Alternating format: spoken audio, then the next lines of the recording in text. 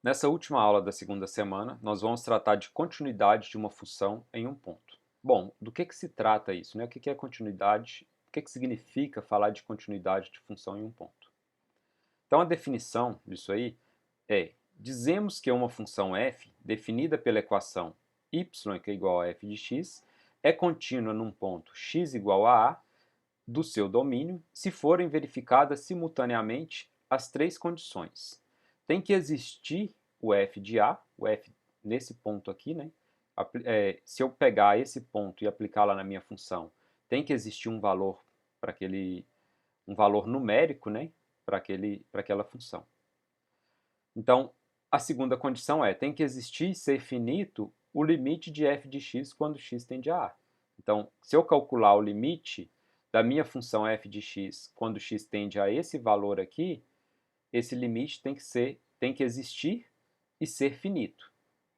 E por último, a terceira condição: o resultado obtido aqui nesse limite tem que ser igual ao resultado obtido aqui no f de a. Ou seja, o limite de f de x quando x tende a tem que ser igual a f de a. Então, se eu tiver que essas três condições são satisfeitas, eu vou ter que aquela função é contínua, que a função f de x é contínua em x igual a a. Se pelo menos uma das três condições não for verificada, eu vou ter que a função é descontínua nesse mesmo ponto. Bom, então, para a gente entender isso aí, né, usando aí um exemplo, vamos pegar o seguinte: quero estudar a continuidade da função f de x, que é igual a x ao quadrado menos 2, no ponto x igual a 2. Ou seja, eu quero ver se a minha função f de x é contínua nesse ponto.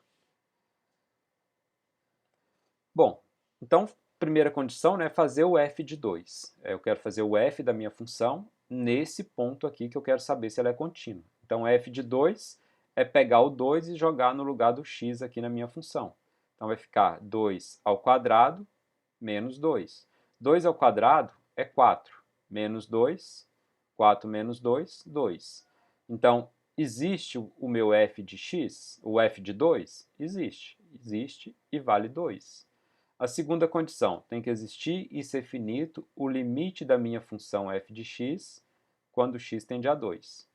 Então vamos ver. Limite de f de x quando x tende a 2. O f de x é x ao quadrado menos 2, então tem que calcular o limite dessa função quando x tende a 2. Calculando o limite, né, eu até separei aqui em dois limites, mas eu poderia fazer isso direto, da mesma forma que a gente já tinha feito na aula passada.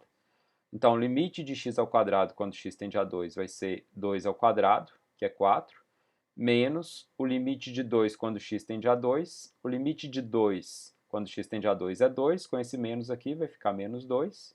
Então, 4 menos 2, 2. Então, existe também o limite dessa função e ele é finito. Então, a primeira condição foi verificada e a segunda também. E a terceira condição fala que o resultado da segunda condição tem que ser igual ao resultado da primeira. Então, aqui, limite de f de x, quando x tende a 2, é igual a f de 2, porque os dois são iguais a 2. Então, dessa forma, temos que essa função f, né, ela é contínua em x igual a 2. Para a gente ver no gráfico, né, a gente estava estudando a continuidade dessa função. Esse aqui é o gráfico da função que a gente estava estudando. E eu estava procurando saber se ela era contínua em x igual a 2. Em x igual a 2, seria o x está aqui, né? Ele vai ser um ponto por aqui, ó. E a gente vê que a função está definida para todos os valores aqui, tanto em 2 quanto na vizinhança do 2, né? Então ela vai ser contínua aqui nesse ponto x igual a 2. A gente consegue ver isso no gráfico. Essa ideia, né, vai ficar mais clara nos próximos exemplos, que vai ser exemplo em que ela não é contínua. Então vamos lá. Nesse exemplo 2, quero verificar se a função definida por f de x, que é x ao quadrado menos 4x mais 4, sobre x menos 2, se x é diferente de 2, e 3, se x é igual a 2, é contínua no ponto x igual a 2. Então tem aqui novamente uma função, né? Nesse caso aqui, uma função que a gente já viu um pouco sobre o gráfico dela, né? Que é a função definida por várias sentenças. No caso aqui ela é definida para duas sentenças. em que, se x for diferente de 2, a regra que eu vou usar é essa. E se x for igual a 2, a regra que eu uso é essa. Observar que, como eu estou calculando o limite, quando x tende a 2, então, se x está tendendo a 2, ela é diferente de 2. Então, a regra que eu vou ter que usar no limite que eu vou fazer é essa primeira. Então, a minha função vai ser 3 apenas se x é igual a 2, mas eu estou fazendo x tender a 2, então x é diferente de 2. Bom, mas essa função aqui, o que a gente pode afirmar sobre ela?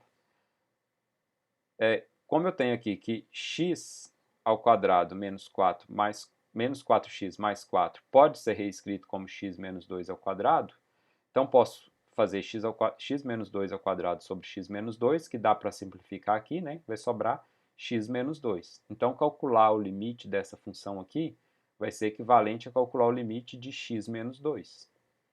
Então, vamos trabalhar com isso aí, para facilitar. Então, a primeira condição, né, que deveria existir o f naquele ponto que eu estou calculando, né, a minha função f de x ela tem que estar definida para x igual a 2, e tá, né, se x é igual a 2, aplicando na minha função, a imagem vai ser 3. Então, f de 2 é igual a 3. Por quê, né?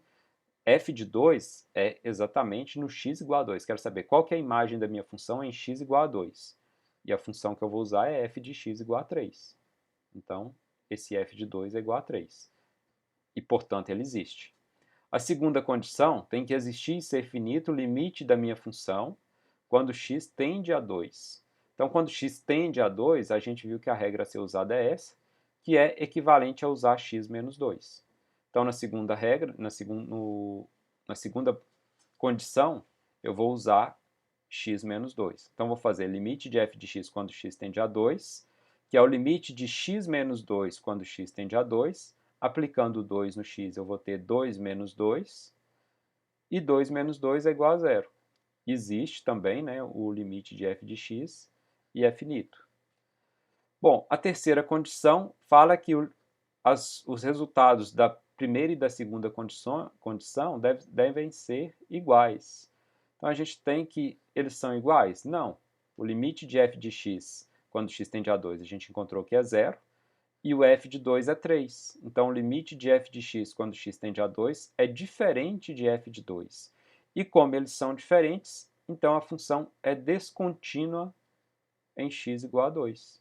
Bom, para a gente entender, né, isso aí, então vamos ver lá no gráfico. Como que seria o gráfico dessa função?